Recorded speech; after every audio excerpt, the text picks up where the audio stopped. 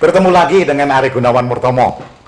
Di part yang kelima mengenai insight networking ini, saya akan fokus mengenai kiat-kiat untuk membangun jejaring. Nah,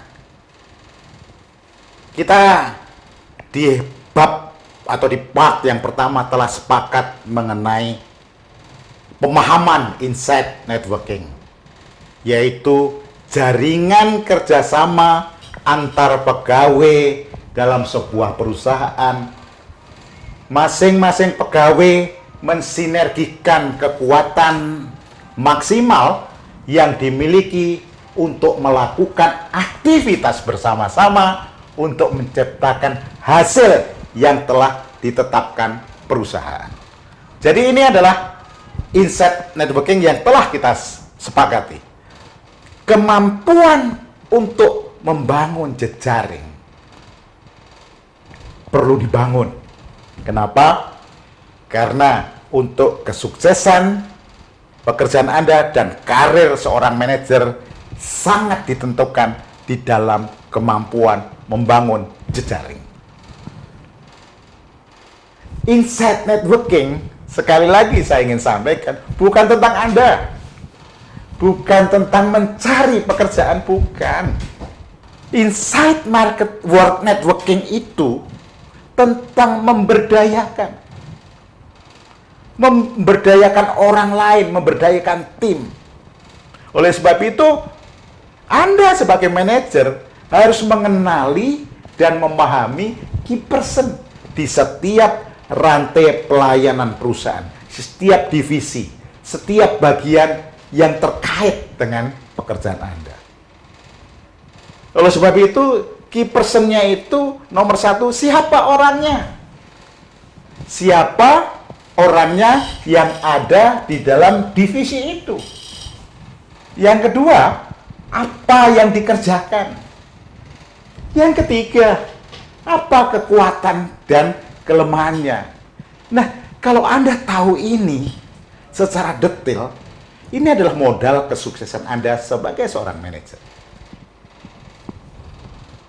Nah, setelah Anda paham betul mengenai siapa orangnya, apa yang dikerjakan, apa kelemahan keunggulannya, saya ingin membicarakan juga pemahaman manajer sebagai key person, karena setiap departemen ada manajernya, bahwa manajer sebagai key person, dia adalah sebagai komandan di divisinya. Dia sebagai pengemudi. Kalau seperti mobil itu dia sebagai pengemudi. Apa artinya? Manajer sebagai pengemudi, dia akan memberikan direction dan kontrol terhadap proses dan hasil dengan kepemimpinan yang kuat. Jadi manajer sebagai pengemudi, sebagai komandan, akan memberikan direction dan kontrol terhadap proses dan hasil dengan kepemimpinan yang kuat. Nah, komandan atau pekerjaan dengan kepemimpinan yang kuat tadi, dia melakukan pekerjaan bersama orang lain. Pekerjaannya apa? Adalah melakukan aktivitas dan hasil yang bisa diukur. Pekerjaan yang dia lakukan, sebuah aktivitas dan hasil yang bisa diukur. Saya akan kasih contoh. Direktur misalnya, dia akan dituntut oleh ownernya adalah bagaimana perkembangan perusahaan dan bagaimana profitnya. Itu ukurannya. Aktivitas jelas, hasilnya juga jelas. Semuanya terukur. Sales manager, dia akan dilihat bagaimana sales perusahaannya, bagaimana growth produk yang dijualnya, dan bagaimana market share-nya. Itu akan dilihat. Manajer IT sekarang, dia akan diukur ketersediaan sistemnya di perusahaannya, ketersediaan jaringan yang baik di perusahaannya. Bagaimana dengan HRD? Adalah ketersediaan SDM, dan pengembangan SDM. Masing-masing pekerjaan ini ya terukur. Masing-masing pekerjaan dia lakukan dengan aktivitas yang terukur dan hasilnya juga harus terukur. Nah, oleh sebab itu, Anda sebagai manajer kan Anda juga pengemudi, Anda juga komandan, ya.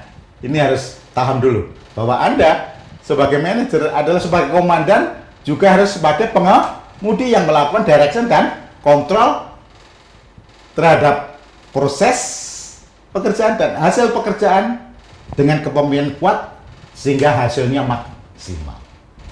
Anda harus memahami orang lain juga di divisi lain sebagai pengemudi. Ini di dalam insight network yang Anda bangun. Anda harus memahami orang lain sebagai pengemudi.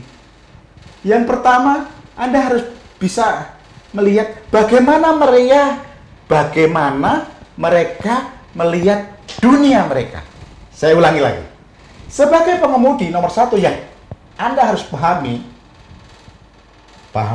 bahwa dia pengemudi dari divisi lain, dari mobil lain.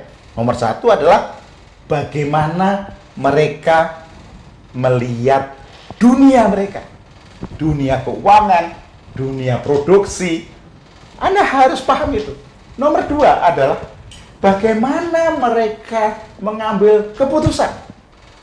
Jadi, manajer sebagai pengemudi harus memahami orang lain sebagai pengemudi juga. Yang pertama, bagaimana mereka melihat dunia mereka. Yang nomor dua, bagaimana mereka membuat keputusan. Anda harus paham itu, supaya Anda bisa bersinergi. Nah, karena apa saya akan menyampaikan seperti itu? Kenapa saya menyampaikan seperti itu? Anda harus memahami yang dinamakan politik internal. Apa? Politik internal. Bahwa politik internal itu muncul bukan karena orang itu di divisi lain jahat dan tidak menyukai satu sama lain. Tetapi karena mereka juga memiliki penggerak pengemudinya yang lebih atas lagi, yang saling bersaing dan saling bertentangan. Oleh sebab itu, Anda harus paham bagaimana mereka melihat dunia mereka, dan Anda harus paham bagaimana dia memutuskan. Itu yang harus Anda pahami dengan benar sebagai seorang manajer. Nah, oleh sebab itu, saya ingin mendorong Anda. Strategi seperti apa yang harus dilakukan di dalam membangun insight networking ini? Di dalam organisasi kita, di dalam organisasi Anda. Nomor satu, apapun yang Anda lakukan, jangan menghalangi pengemudi lain. Apapun yang Anda lakukan, jangan menghalangi manajer lain. Apapun yang Anda lakukan, jangan menghalangi komandan yang lain. Itu nomor satu. Nomor dua, lakukan apa yang bisa Anda membantunya. Nomor dua ya, lakukan apa yang Anda bisa untuk membantu rekan kerja meminimalkan kendala mereka, dan jangan pernah melakukan apapun untuk memperburuknya. Jadi sudah dua nih strateginya tadi. Strateginya sudah dua. Saya ulangi. Nomor satu, apapun yang Anda lakukan, jangan menghalangi pengemudi lain. Nomor dua, lakukan apapun yang Anda bisa untuk membantu rekan kerja meminimalkan kendala mereka, dan jangan pernah melakukan apapun untuk memperburuknya. Hanya dua strategi yang harus Anda lakukan. Kalau Anda bisa lakukan strategi itu, tidak ada yang ajaib tentang karir yang hebat. Nggak ada. Cukup dua itu Anda lakukan.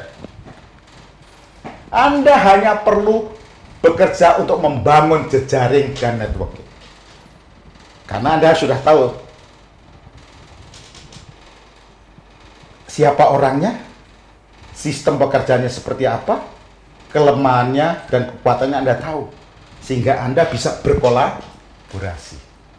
Jika Anda ingin meningkatkan peluang keberhasilan Anda, tingkatkan jaringan internal Anda dulu. Anda nggak akan bisa meningkatkan outside networking dengan baik kalau jaringan di dalam inside ini tidak baik. Oleh sebab itu, sahabat, saya akan berikan 5 kiat-kiat untuk membangun jejaring. 5 kiat-kiat. Pertama, alokasikan waktu untuk membangun jejaring. Jadi harus punya waktu. Jangan sibuk aja di meja, ketemu orang, mengenal orang, diskusi dengan orang. Nomor 2, bertemulah dengan banyak orang. Dari bagian produksi, bagian keuangan, bagian IT, HRD, semuanya Anda harus bertemu, Anda berdiskusi. Sistemnya bagaimana pekerjaannya, siapa yang paling top di situ yang mengerjakannya, bagaimana dia memutuskan. Anda harus mempunyai keingintahuan itu supaya Anda bisa memahami pengemudi yang lain. Yang ketiga, jadilah orang yang secara tulus tertarik pada orang lain. Artinya apa? Kalau Anda ketemu orang, tulus hati Anda. Jangan tricky, jangan curang. Yang ingin Anda lakukan adalah untuk berkolaborasi yang saling menguntungkan untuk kemajuan perusahaan. Jangan saling menjegal.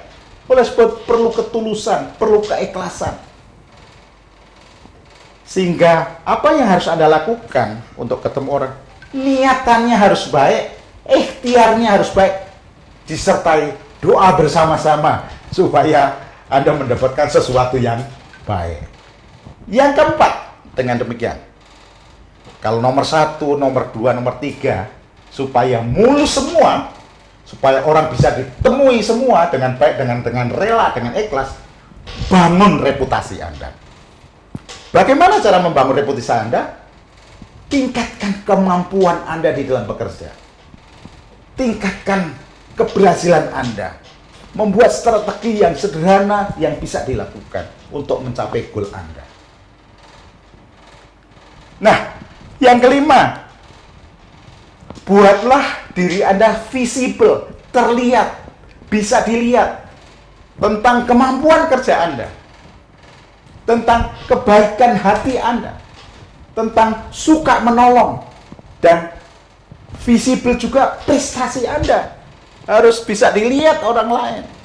Oleh sebab itu, bangunlah kemampuanmu. Bangunlah jiwanya, bangunlah raganya. Nah, jika Anda melakukan 5 kiat-kiat untuk membangun jejaring, you have built your own brand. Sehingga Anda akan menjadi manajer yang sukses, manajer yang berhasil. Saya kira itu yang bisa saya sampaikan. Sampai bertemu di topik selanjutnya.